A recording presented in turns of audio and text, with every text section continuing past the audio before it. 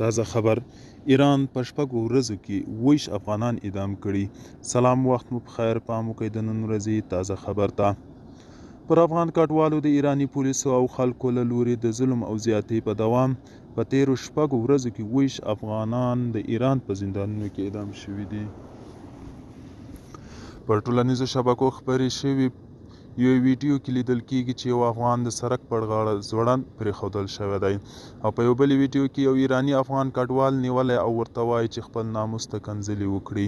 په ګڼو نورو ویډیوګانو کې لیدل کېږي چې ایراني پولیسو د عام د اسنادو لرونکو افغان کډوال نیسي او زندانونو ته یې لیږدوي، هغوی وهي او ټکوي او په ګڼو مواردو کې یې وژلي هم دي. په دې عکس کې لیدل کېږي چې یو ایراني له پښو ځوړند شوی دی. په ایران کې پر افغان کډوالو د ظلم روان زیاتۍ په اړه طالبان تر اوسه چوپ پاتې دي او په رسمي ډول یې هیڅ غبرګون نه ده ښودلی. دوستانو، دا و د نن ورځې چمتو کلی خبر. تر بیا هم په الله سپارم. ښې چارې، ښه وخت.